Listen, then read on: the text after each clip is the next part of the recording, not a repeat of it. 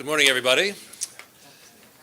Ask the stragglers to find their way to their seats, please, and we'll get started.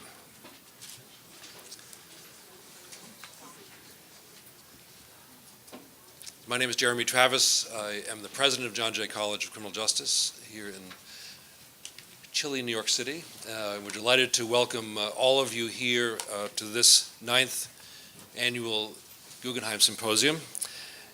Let me just talk a bit about the origins of this particular event at John Jay and our purpose in gathering here this morning, and then say some thank yous and then introduce our speaker. This is the 9th meeting of the Guggenheim Symposium. It's funded by the Harry Frank Guggenheim Foundation, for which we're very grateful. I don't see Joel Wallman in the room, but I'm assuming he'll come sometime this morning. And he and I talked years ago about the idea of creating a forum here at John Jay to bring criminal justice experts and academics and journalists together with an explicit goal of helping journalists understand the criminal justice and crime phenomena with more depth and subtlety and sophistication so that their reporting on these issues would be informed by these experiences.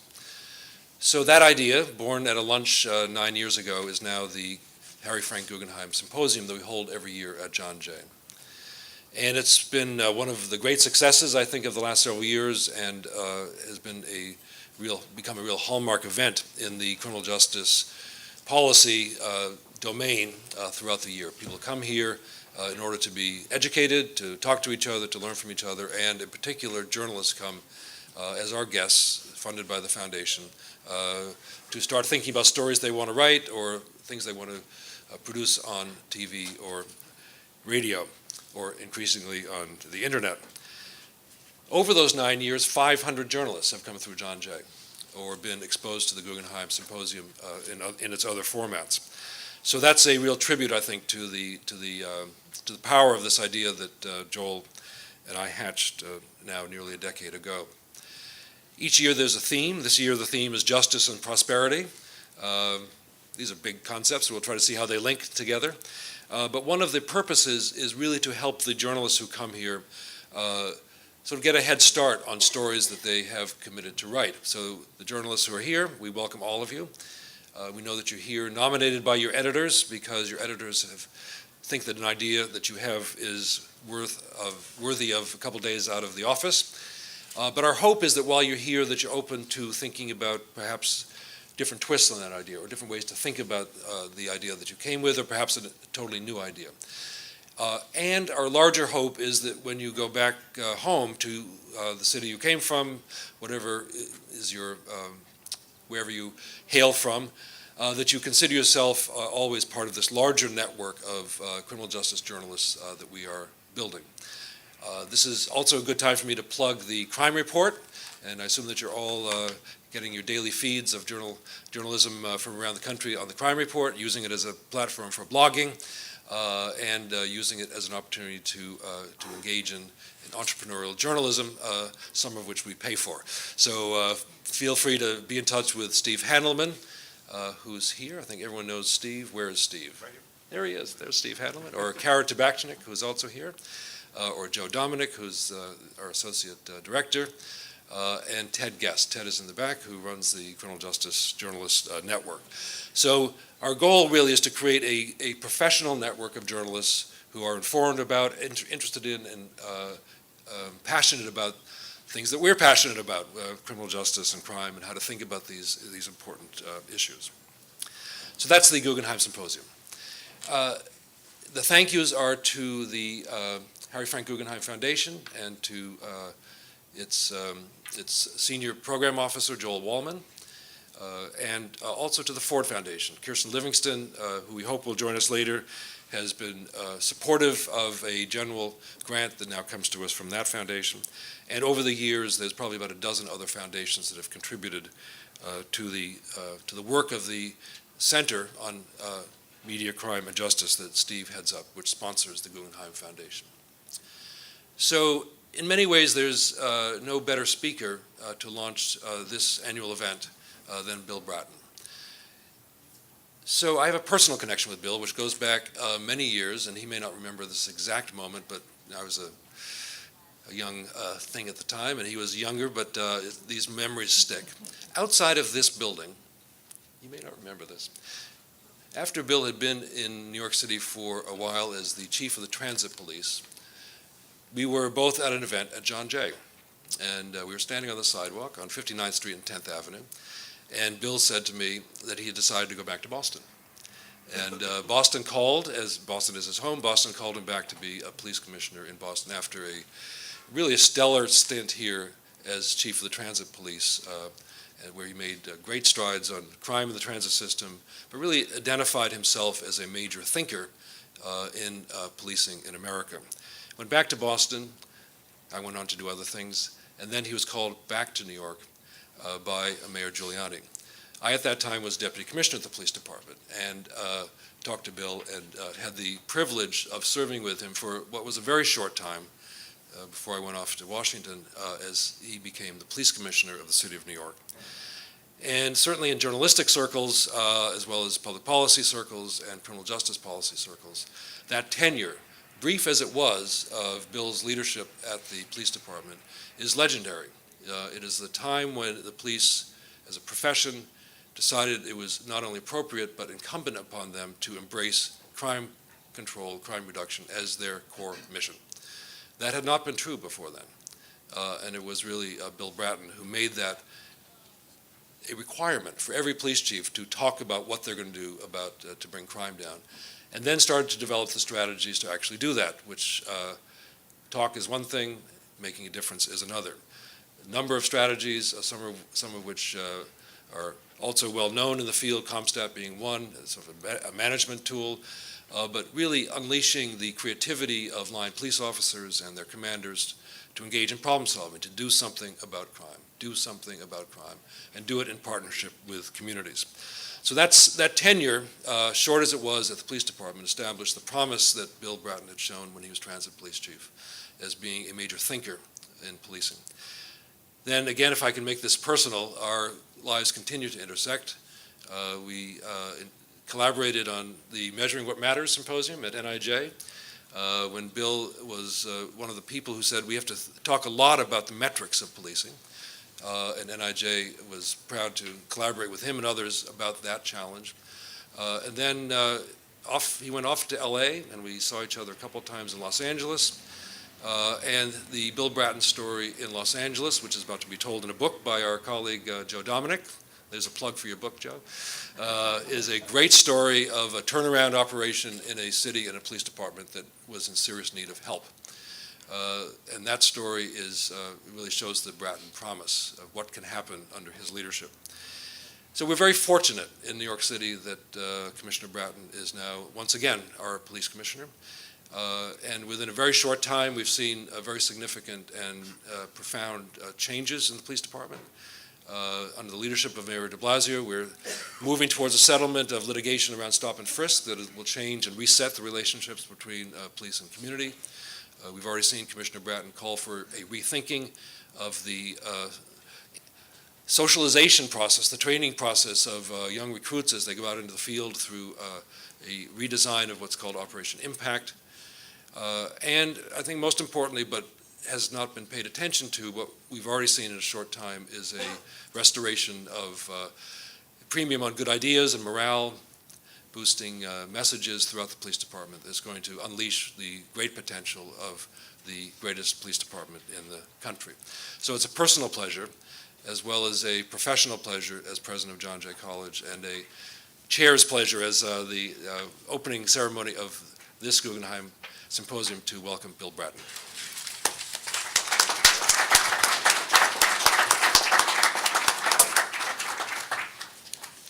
Good morning, and Jeremy, thank you.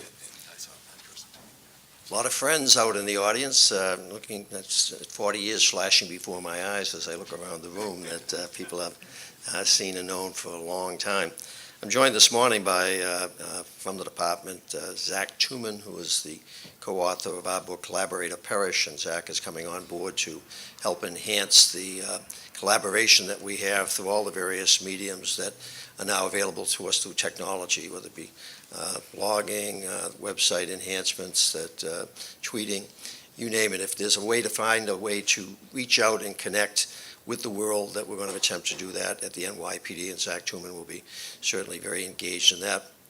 Also joined by a very good friend, prominent physician here in the city of New York, who has donated countless hours in days and years of his life to working with the NYPD and now with the Corrections Department, offering his services. That's Dr. Richard Leinhardt. Richard's a great friend of 20-some-odd years here. I first met when I was with the Transit Police. And so many others as I look around the room, but most recently, and one of your speakers today, James Craig, the Chief of Police in Detroit, who's doing such a great job there in that very difficult environment. James and I worked together in the LAPD, then he went off to greener pastures in Cincinnati, where he had great success, and now has returned to his hometown of Detroit to once again help that city try to find its way through the crises it faces. Thank you, Jeremy, for the opportunity to be here this morning. Steve Handelman, Joe Dominic, that I've had the pleasure of now on half a dozen occasions, I think, of appearing at this event in some form or another, and welcome the opportunity to join with you this morning. In terms of the theme of the event, the idea of justice and prosperity, it's a theme that's very close to my heart as it relates to the importance of policing, the importance of the criminal justice system, ensuring the economic viability of any city, of any state, of any society. So let's talk about that this morning and kick off this seminar that you're now all attending.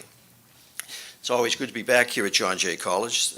This school has molded so many great police officers and leaders, too many of them to count. I get to work every day with many of them who are still involved with the school and basically are the better for their involvement with the school. The ranks of my department are just filled with John Jay alumni. They have helped to make New York what it is today. We believe the safest large city in America, although some of my colleagues will compete with me on that statement.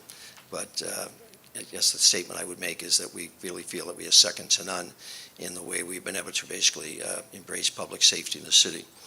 And congratulations, Jeremy, on everything you and the faculty and the administration have done to burnish John Jay's outstanding reputation. My first exposure to this school was back in the 90s when I was chief of the Transit Police. Jeremy's predecessor at the school introduced me to the school, and I've been involved with it and a big fan of involvement with it for now 20-some-odd years. And one of the things that I was impressed with was his predecessor talking about his desire that Jeremy has certainly expanded on to give inner city kids in this city an exposure to not just a traditional public school, public college setting, but one that had many of the trappings of many of the private schools that they could not afford to go to. So one of the things that was pointed out to me in the older building, we're now in this beautiful modern facility that Jeremy was so key to moving forward and opening, was the idea of wood furniture. And the idea was that in so many schools at the time, in the 80s and 90s, they were defined by stainless steel and formica chairs in the classrooms. And he insisted on hardwood furniture in the libraries and the classrooms, because that was a sign of, if you will, investment, a sign of caring, a sign of exposing them. So just that type of thinking, the idea that how did you enrich the experience, not only enriching the minds of young people, but enriching the experiences that they were going to have in going to a public school. So it fascinated me about that focus of John Jay. Jeremy and I have been talking. We are going to do a lot of collaboration together going forward.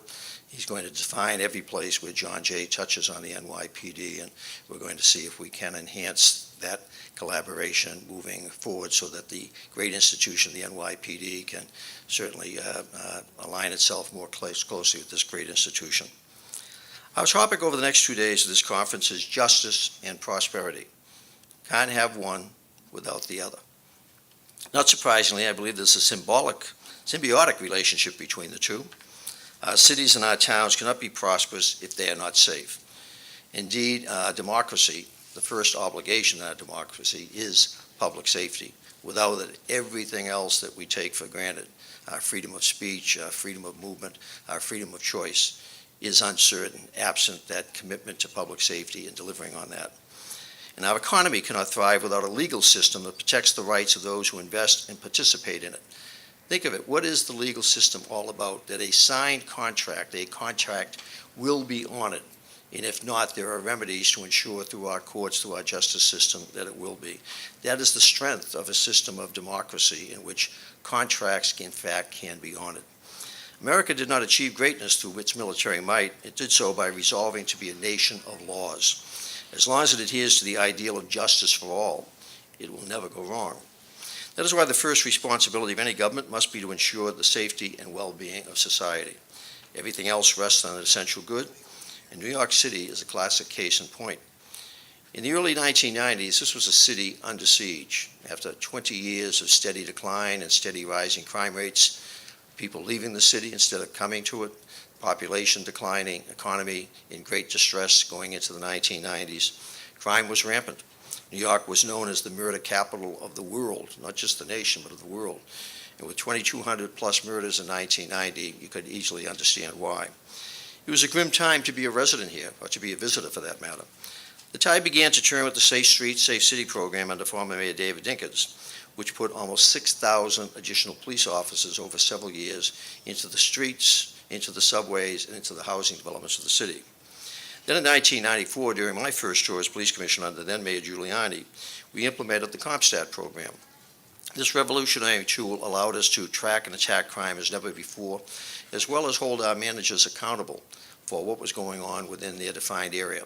And part of my policing philosophy, part of my leadership strategy is devolution of power and responsibility to the appropriate level in the organization. In a city like New York City or in Los Angeles, that level is usually the precinct or district captain. 300 officers commanded by an officer who is charged with basically being the police chief of that precinct. And so CompStat was all about being able to identify the best people and putting them in the best locations for the talents that they displayed. Its success has led to the largest, has been a significant contributing factor to the largest single-year crime drop in the city's modern history. A crime drop that has now continued for in excess of 20 years. Good news so far this year, it's also continuing, but we're into a new year, not far enough into the year to identify trending yet, but at least as we're moving into February, the continuing decline is still being experienced. What followed after that period of time in the mid-1990s was one of the greatest urban renaissances ever known. Crime continued to go down, and it never stopped. Even after the events of 9/11, with that interruption of that horrific event, the city, because of its economic vitality and its safety, apart from dealing with terrorism, was in a position to rebound very quickly from that horrific event. And then, meanwhile, the economy went up, way up. Entire neighborhoods were transformed. People began to migrate back to the city, and tax revenues from a rejuvenated business sector began to grow. Now we find ourselves in a somewhat different environment. A weaker economy has imposed much tighter resource constraints. Instead of gaining police officers as we did from approximately 34,000 in the early 90s to 41,000 at the time of the 9/11 events, we have lost about 6,000 of them since September 11th. Now, how do we maintain the city's extraordinary track record of public safety and prosperity in this environment? The answer, I believe, lies in collaborative policing. Collaborative policing is community policing for the 21st century. It emphasizes partnership, it emphasizes shared responsibility, it emphasizes problem solving, and it emphasizes a return to the focus on prevention of crime, not just measuring our success by our reaction, our response to it, but key to all that we do is the idea of preventing it in the first place. While the term may sound new, the basic tenets of collaborative policing, policing that is as inclusive as possible of every stakeholder, have been around a long time, going back to Sir Robert Peel's creation of the Metropolitan Police in the 1820s, and certainly in this country in the early 1990s, the creation, if you will, of the community policing philosophy. They were articulated in the mid-19th century by one of my great heroes, Sir Robert Peel, the founder of the London Metropolitan Police, and his timeless 9 principles of policing. The 7th of these states, the police are the public, and the public are the police. In other words, the welfare of the community must be at the heart of everything the police do. That is why, throughout my career, I've been a great proponent of alliances, that bring law enforcement and community development together to stabilize and rebuild troubled neighborhoods. I don't care how good your police department is, it cannot do it alone. It needs to work with political leadership, needs to work with community leadership, it needs to work with the people of its city, all of the people of its city. I have seen them employed time and again with remarkable results, these initiatives.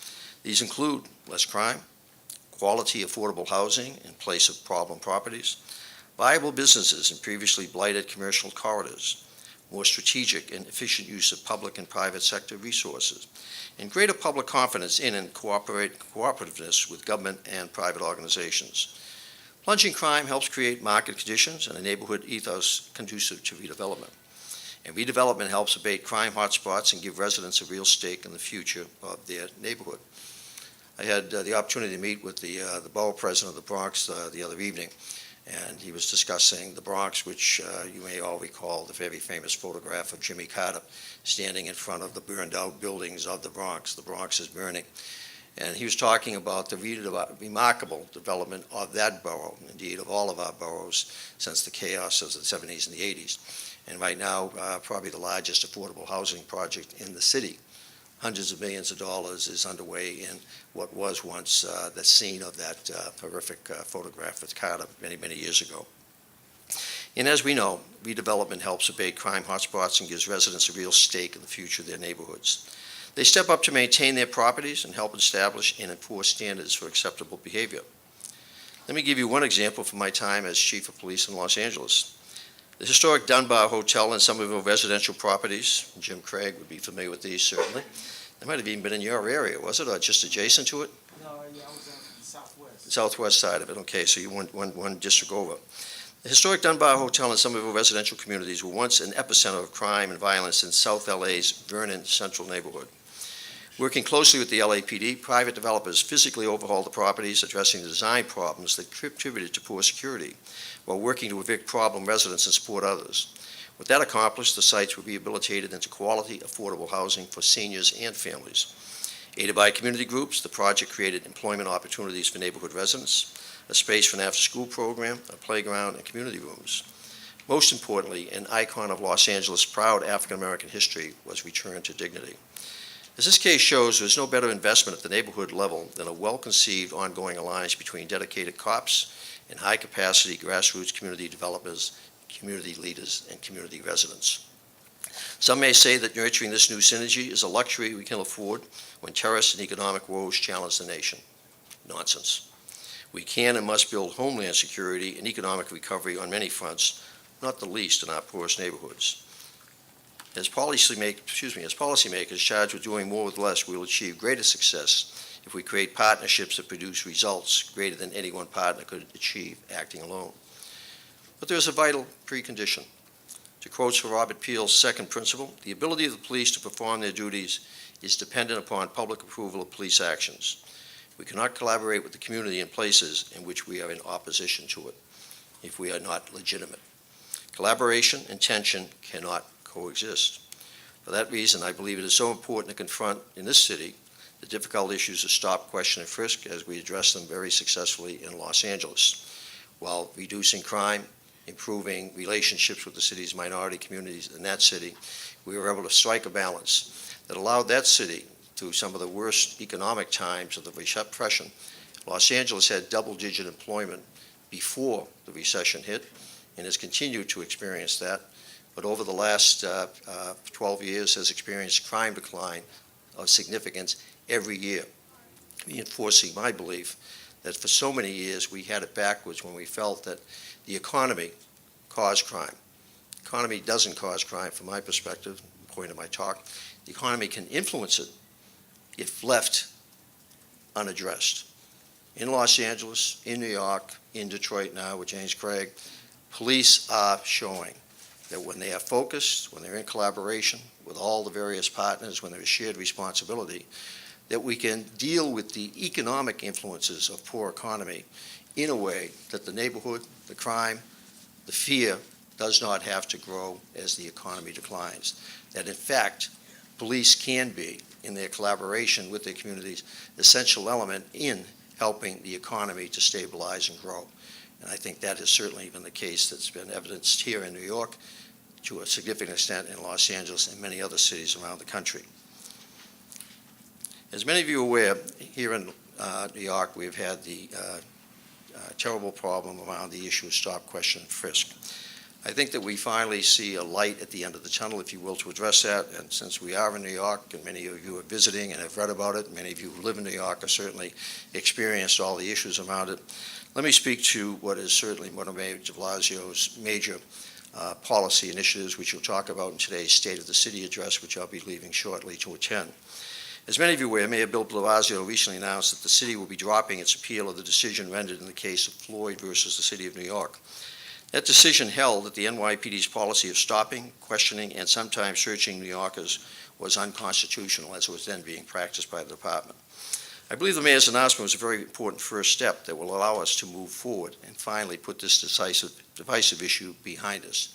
No matter what your opinion about the issue, that we need to get it behind us, as it has become so divisive in the relationship of this police department with the communities we police, particularly the communities of color, and has contributed to concerns about the stability of the economy, concerns about going back to the bad old days if police are less active in their communities, that somehow or another that the bad old days are going to come rushing back. I don't believe that's the case. I'm a strong believer that the practice was overused. I'm a strong believer that we can, in fact, refocus it, re-energize it, if you will, in the sense of officers who are better trained, who are better assigned, better supervised, and who practice it in a way that the concerns of the minority community of too much with too few results can, in fact, reverse itself, where there is, in fact, a collaboration around the idea that what we are doing is being done with the consent of the community, that we are doing it in a legitimate way, that we are doing it in a way that the community will work with us and not be seen as working against us. As I did in Los Angeles for 7 years when I was chief of the LAPD, I intend to work closely with the federal monitor, if one is in fact named, and the Inspector General, which we know certainly will occur, and the relevant parties to implement a consent decree that will allow our police officers to go about their work confidently and in full compliance with the law. It's essential that we get this issue resolved very quickly so that there are very distinct lanes in the road and guardrails in terms of how we must operate, so that the concerns and the fears, whether it's the business community or any of the communities in this city, can be very quickly addressed, that we can have constitutional policing, we can have compassionate policing, we can have respectful policing, and we can have economic growth and development and continued development of our poorer neighborhoods. I am convinced of that. In LA, we managed to reduce crime to its lowest levels in a very long time while gaining unprecedented support for the police from the minority community. Majority of both our African American and Latino communities in various polling by Harvard University and the LA Times indicated that support for the police had grown dramatically during a period of time of economic distress, but reduced crime and reduced racial tensions. We did so with an agreement that lasted far longer and that was much broader than the one envisioned for the NYPD with its consent decree. Actually, not a consent decree, but actually a federal monitor. And I believe we can be equally successful here. In the meantime, my message to our officers in this matter has been very clear. You must not break the law to uphold it. I believe it's a very good sign that even as stops are down considerably this year, overall crime so far is also down. I've directed our new Deputy Commissioner of Training, Benjamin Tucker, who will be beginning in the next 2 weeks, to conduct a wholesale review of our training on stop, question, and frisk. Benjamin joined the New York City Police Department as a police officer back in 1969, has a lot of exposure to John Jay College, and will be expanding that exposure as he goes about his new duties. We'll make whatever changes are necessary to ensure the effective constitutional use of all our practices and procedures. In that same spirit, we are revising our approach to Operation Impact, the approach that the Impact program that commissioned by Commissioner Ray Kelly to deal with the loss of 6,000 officers, which has been impactful. It has helped to keep crime down dramatically in the city, but had the unintended consequence of effectively alienating many of our communities of color, resulting in the stop, question, and frisk controversy, the Floyd lawsuit, as well as others. so that as we move forward, we still will need Operation Impact because we're still short those 6,000 officers, but we need to train those officers better. We need to give those young recruits a more expanded opportunity, not just to be in enforcement capacity all the time. They need to be developing collaborative relationships with their communities, with their fellow officers, so that the habits of the first year on the job, which shape the rest of their careers, are shaped the right way. The right way in that they are policing communities in partnership, or as Sir Robert Peel envisioned it, they are the police working with the community, and the community are, in fact, working with the police. Talk to most veteran cops about their time as a rookie, and chances are they'll have a story or two about the wisdom of a seasoned officer who took them under his or her wing. There is undeniable value in learning from others who can provide context to a new officer's environment. The current Impact program assigns 10 to 12 officers fresh out of the academy to some of the highest crime neighborhoods in the city under the general supervision of a sergeant. One sergeant can't supervise 6 pairs of officers all the time. So any mistakes they make, whether it's in the issue of stop, question, frisk, or any of the things they do, if there's nobody there to correct it, it's repeated and repeated and then becomes a habit that's repeated for 20 years. We need to do a much better job, much as John Jay College does with young people with their college education, preparing them for a life in which they have the tools and the skills and the confidence necessary to have a successful life. And a successful life of a New York City cop is incredibly important, because if they are successful, then the economic viability of the neighborhoods they police will be enhanced, because they will be going about their business in a way that the community has confidence in them. These are interesting times for New York. The Chinese have an expression, may you live in interesting times. It is both a blessing and a curse that in some instances it might be argued that the current time of New York is a curse with all of the controversy. I actually look at it the other way. I have a tendency to always look at issues as the glass half full, the challenges or opportunities. And the challenge here in New York City at this time provides a great opportunity to move this city forward, to move it forward economically, because it cannot move forward economically if it is seen as a city going into decline, if it is seen as a city that has increasingly become unsafe, if it's seen as a city where there's tension between its residents. The police are essential to dealing with all of those. And my commitment as police commissioner, the commitment of the New York City Police Department, is that we'll face all these issues directly and that we will be successful in addressing them. That I'm confident of that. I've got 40 years of experience. I work with an extraordinary good group of people within the department, and certainly that in this city, in the criminal justice field, there are many others that we'll collaborate with as we move forward. The economic impact issue is something that we spoke to very frequently in Los Angeles. Let me close my remarks by giving a couple of examples of the importance of police to that issue. There have been a number of studies done, including one by the Rand Institute, that looked at the negative economic impact of crime and fear. And one of the studies, actually the one that had the lowest amount of estimate of economic impact of crime, showed that a homicide in a city had the potential to have a $4 million negative impact on the economy of that community, of that city. And you argue that, geez, some gangbanger that is murdered, that how could that young man have a $4 million impact? But all the studies that have been done, although they might argue the variances on the economic impact, the range was from 4 million to 11 million. So I took the most conservative. In the city of Los Angeles, during the 7 years I was privileged to be chief there, we have the murder rate from about 600 down to 300. This year it went down below 300. 300 fewer young men murdered, 300 fewer young men going off to jail for those murders. The idea of 300 multiplied by 4 million, the most conservative figure, 1.2 billion. Coincidentally, the budget of the Los Angeles Police Department is $1.2 billion. So the work of the LAPD in reducing crime, preventing those murders, working in collaboration with the city's communities, particularly the inner city communities, was that the LAPD effectively was paying for itself by the positive economic impact of $1.2 billion not being lost because of all those lies, but money that was now being reinvested back into the city. In those 600 lives that were saved, we tend to think of homicides from a one-dimensional side, person that was killed. But if we prevent a homicide, we also prevent that person who would have committed it in a moment of passion, in a moment of criminality, from doing it, and hopefully never doing it again.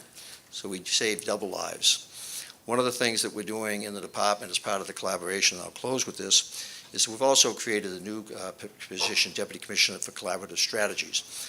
Jeremy Travis's wife, Susan Herman, that I've known for many years, one of the top victims' rights people in the United States, is going to be working on an initiative where we try to touch victims everywhere that the society and the criminal justice system touches them. That we're going to seek to find new collaborative ways to work with the victims of crime after the fact, and then hope that we are in a position to prevent them from being victims again. So many studies have been done that showing 10% of the victims of crime are 50% of the victims because they are repeatedly victimized over and over again, whether it's domestic violence, gang violence, in terms of hazing. So we can do more. In closing, I celebrate this conference, the idea of bringing together so many experts from so many fields within the criminal justice community and elsewhere to once again talk about how do we do it better. There's always room to do it better. We are in a good place. In the NYPD, I think we are in a good place despite the controversies of recent years, because those controversies are generating challenges that we, in fact, will make into opportunities. Thank you for the opportunity to lead off this discussion this morning. Thank you, John.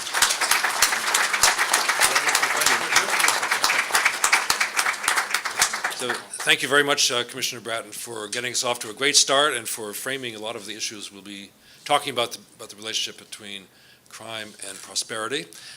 We have time. The Commissioner has time for a question or two. We have a room full of journalists. My guess is that there's at least a question or two out there. So all I would ask is that you identify yourself, and the Commissioner will be available for... We get the wireless mics out. Someone is...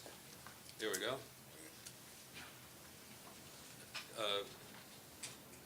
Reporters, please, don't be shy. Yes, okay, there we go. Right here.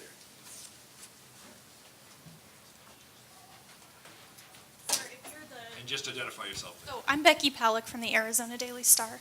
If you're the chief of a city that is perceived as being in decline, what are the correct steps to take to change that perception?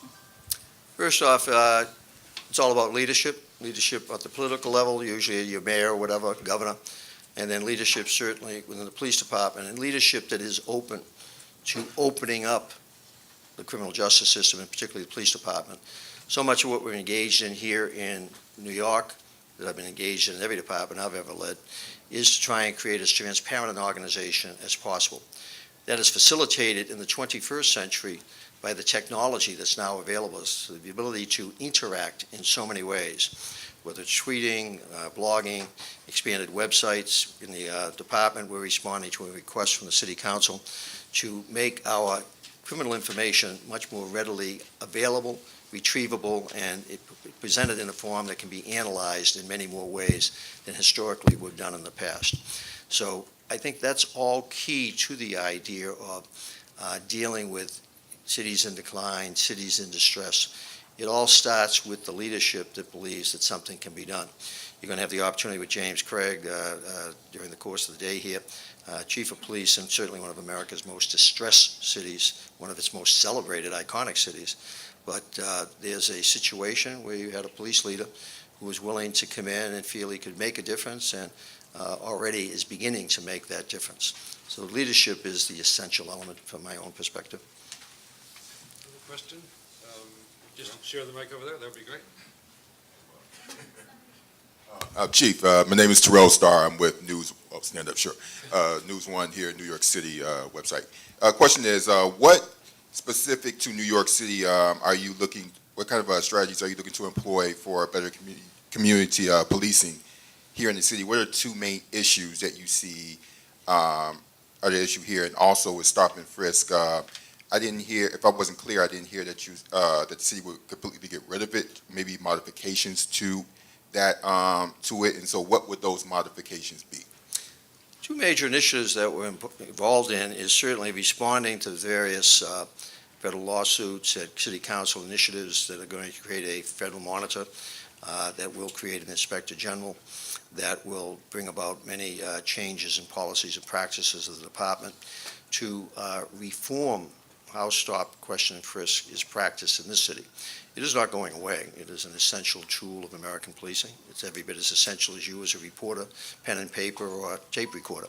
It's a tool that is vitally necessary for you to do what you have to do. But the belief is that in this city it was overused for the nature of the problem it was attempting to address. I certainly believe that. Mayor de Blasio, who I work for, certainly believes it, as do a lot of the political leadership in the city. So the first effort is to reform it, to get it right. And what's the right level? Well, we really don't know. It depends on what is the level of crime in any particular neighborhood at any particular time. The second effort is to really focus on that other initiative I referenced, Operation Impact. Because of the shortage of officers, Operation Impact is an initiative that needs to be refined. Can't do away with that operation either, because it is so essential to putting cops into neighborhoods, hotspots, as they begin to emerge. Like a doctor treating a cancer, the cancer begins to emerge, you want to get in there early. But what we need to do is make sure that the young men and women we're putting in there are better trained, better supervised to address the issues they're facing. And to as great a degree as possible, and this is where the shortage of officers hurts, you want cops in neighborhoods who know people in the neighborhoods. Going back to Sir Robert Peel, the whole idea of the British Bobby was a cop in the neighborhood, from the neighborhood, who was known and who knew good people from bad people in the neighborhood. The major flaw in Operation Impact was that your kid fresh out of the academy, probably coming in from Long Island somewhere, and now all of a sudden you're in one of the worst crime areas in the middle of New York City. And that's not the best place for that person to be in a minimally supervised environment. So we're going to work very hard to try and change that. Thank you very much. One more? One more, yeah. Steve, you decide? You're the one more, go ahead. Yes. Do you feel that the rift between these communities that have been the most affected by stop and frisk is too deep to repair? And what role do you feel the media has played in that? Oh, I don't think it's too deep to repair. I wouldn't have come back if I thought that was the case.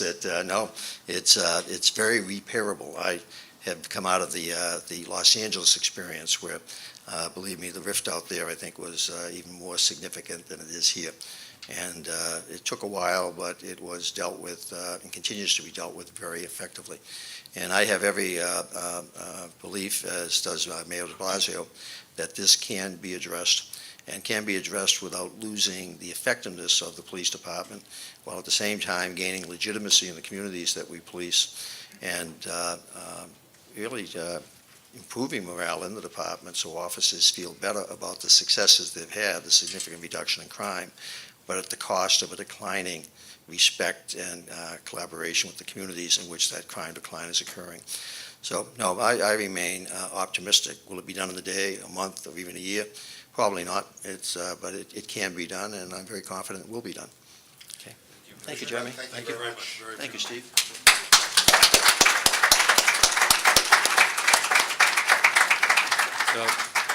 Commissioner, it's great to have you back in New York. It's also great to have you back at the Guggenheim Symposium. Before I turn the microphone over to Steve Handelman, who will take us into the next section, I want to acknowledge that we've been joined by Kirsten Livingston from the Ford Foundation. If you just stand up to be, I thanked you in your absence, I want to thank you in your presence.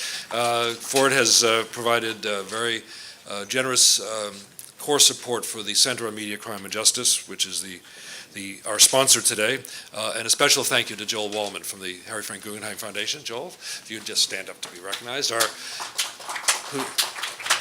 The person without whom this would not be happening, and a colleague for many, many years, and delighted that whenever we had that lunch, because look what's happened. This is a good thing. So, Steve, the floor is yours to take us to our first panel. Good morning, everybody. So, there couldn't have been a better opening to our conference and to the theme that we're talking about, justice and prosperity. I want to thank Jeremy Travis again for leading us into he'll be back through the day. When we started looking at thinking about the theme for the 9th annual Harry Frank Guggenheim Symposium on Crime and Justice in America, Mayor de Blasio had not been elected mayor. Bill Bratton had not been appointed commissioner. And we were thinking, and President Obama had not been talking about things like economic inequality. So I can't say that we were visionary, but we certainly had a sense that the story of the year, and possibly of the next several years, is the issue of economic inequality. People have been talking about it. It's in the news now. But what's not really in the news, and hasn't been in the news, is the link, the symbiotic link, as Commissioner Bratton said, between public safety and crime and neighborhood renewal and all the issues that come with that, whether it's homelessness, whether it's underdevelopment, neighborhood renewal, poor schools, youth violence, the questions of mental illness, substance addiction, all those things come together in a way that is not usually addressed when we simply talk about crime and when we report about crime in the media. And the idea and the point of this next 2 days is to really try to bring those together. And we're really honored to have a unique group of speakers with us to address that. We'll start out with a first panel which will talk specifically about things like collaborative policing, which the commissioner talked about this morning. But before I launch us into the actual work of the conference, we've already thanked Joel Wallman, whose foundation funds and supports the work of this symposium. But I also wanted to make clear that you all know, those of you who are here as guests at John Jay, that the core of our work as the H.F. Guggenheim Symposium on Crime in America are the journalists that we bring every year from all over the country, from a number of different platforms, to engage with scholars, with practitioners, with lawmakers, and to discuss in a more in-depth and intimate way some of the issues that we're all writing about and thinking about in the criminal justice field. So this year we have a really bumper crop of reporting fellows, John J. H.F. Guggenheim reporting fellows. There's 20 of them, and what I'd like them to do, I can't introduce each of them today, but I'd like them all to stand up so they can be recognized. So will all of you who are the fellows this year please stand up?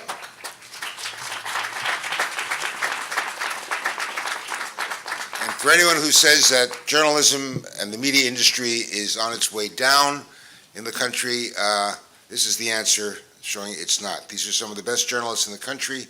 And it's really the generation that's going to really change the frontier of how we cover criminal justice as well as a lot of other things.